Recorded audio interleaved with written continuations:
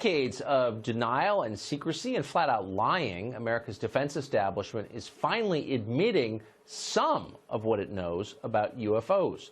The Navy has admitted that its pilots encounter unidentified aircraft so often that they've had to draft new reporting guidelines to allow pilots to come forward. It's easy to find this funny, but it's also scary if you think about it. Our vast, well-funded defense establishment is seeing things in the sky they cannot account for, doing things they cannot understand.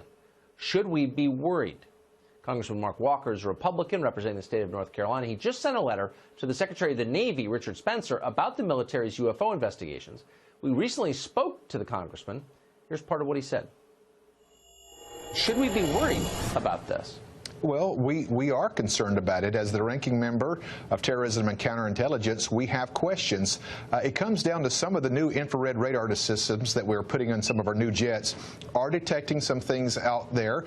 We call them unidentified aerial threats, and that's something that we're looking at. Our UAPs is what we call it. We want to know the information, and that's why it's important that we take a look at this. So this has been going on an awfully long time. There's a lot of data the government has stored about this. Most of it, I think, is still classified. But there must be theories about what these objects are, what these aircraft are. What's the most plausible theory, do you think? Well, we don't know for sure. Obviously, what we do know is the question that we're wanting to get to is this something that's a defense mechanism from another country? We do know that China is looking at hypersonic missiles. That's 25,000 kilometers, or to break it down into our language, that's getting from D.C., where I'm at, to L.A. in about 9 minutes.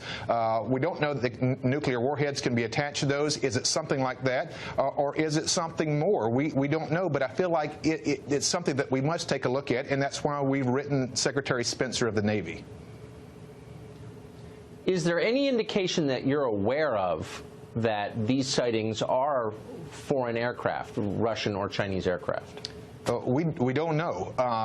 We have no evidence to support that. We do know there's something that's traveling at that speed of what we call hypersonic now, which is a Mach 4 or 5, not to get too technical. That is something that we want to know. Is this something that another defense system in another country is more advanced, or is it something else? We're not trying to spook people out, but the AATIP, which is basically a program that the government monitors this, was to close down in 2017. So part of my question, Tucker, is it really closed down? Are we still spending resources, or is there more documentation that this program is still being able to file somewhere? That's something that we need to know, even if it's just for defense purposes alone.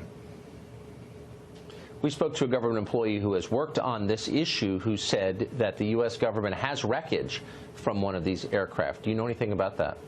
We don't know, but that's one of the 4 questions that we are asking. Is there evidence being held somewhere? Not to get too spooky once again, but if there is evidence, I believe it's important for people, specifically in my position as the ranking member of Terrorism and Counterintelligence, we need to know what this is.